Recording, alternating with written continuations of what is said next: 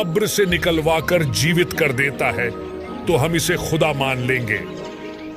सिकंदर के पास बात पहुंची तो सिकंदर पीर जी के पास आया। अब क्या बात हो गई पीर जी?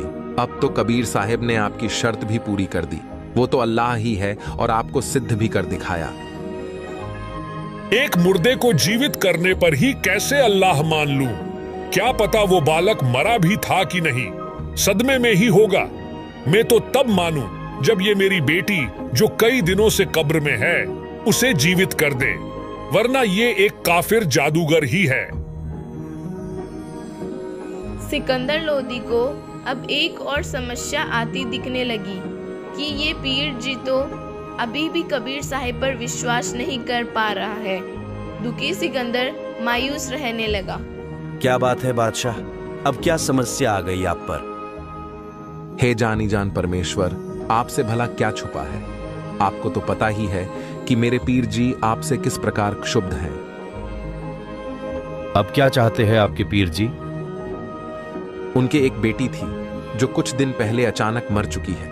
उसे कब्र में दफना रखा है। वे बोल रहे हैं कि अगर वे मेरी बेटी को जीवित कर देते हैं तो मैं कबीर साहिब को खुदा मान लूंगा।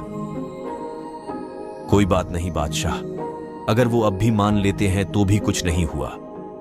उन्हें बोल दो कि 2 दिन बाद इसकी तैयारी कर ले और चारों तरफ मुनादी करवा दो। बादशाह सिकंदर बहुत खुश हुए और शेख तकी को यह बात बताने गया। अच्छा, मेरी बेटी को जीवित कर देगा कबीर? चलो देखते हैं क्या होता है उस दिन। शेख तकी ने सोचा कि मेरे तो दोनों हाथों में लड्डू है, या तो कबीर हार जाएगा या फिर मेरी बेटी जिंदा हो जाएगी। सिकंदर लोदी ने चारों तरफ मुनादी करवा दी कि 2 दिन बाद कबीर साहिब जी शेख तकी की बेटी को कब्र से निकलवाकर जीवित करेंगे। सभी नगरवासी उस दिन का बेसब्री से इंतजार करने लगे। ठीक उस दिन नगर के हजारों लोग ये लीला देखने के लिए एकत्रित हुए। कब्र को फुड़वा दिया गया। पीर जी, पहले आप कोशिश कर लीजिए, कहीं फिर बाद में बहाने न बनाने पड़े। भगवान, अगर पीर जी में ही शक्ति होती तो अपनी बेटी को मरने ही क्यों देते? ये तो आप ही दया कीजिए।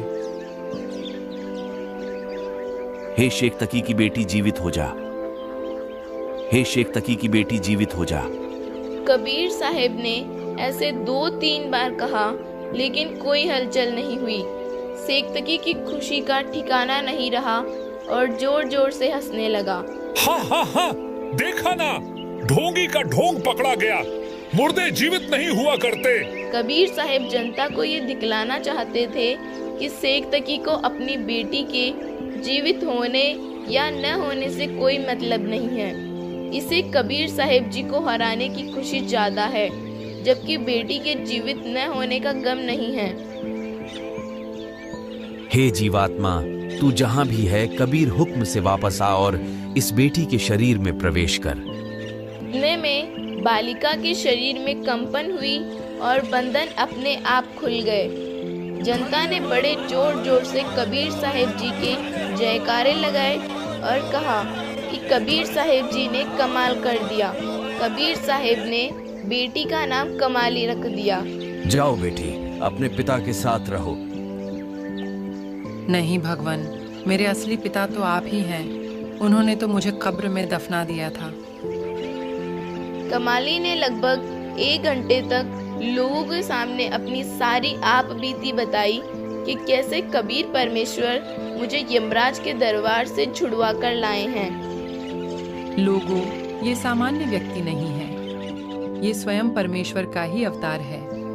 मेरे पिता शेख तकी जी की तो बुद्धि भ्रष्ट हो चुकी है, जो मेरे जीवित कर दिए जाने पर भी परमेश्वर से नाराज है। इस प्रकार कबीर साहिब जी के चमत्कार और कमाली की बातों से प्रभावित होकर सैकड़ों लोगों ने परमेश्वर कबीर साहिब जी से उपदेश लिया। ये 2D एनिमेशन संत रामपाल जी महाराज के सत्संग प्रवचनों का अंश मात्र है। संपूर्ण आध्यात्मिक ज्ञान प्राप्त करने के लिए अवश्य सुनिए संत रामपाल जी महाराज जी के मंगल प्रवचन। आप संत रामपाल जी महाराज जी के मंगल प्रवचन संत रामपाल जी महाराज एप्लीकेशन पर भी सुन सकते हैं तथा उनके द्वारा लिखी पुस्तकें भी डाउनलोड कर सकते हैं।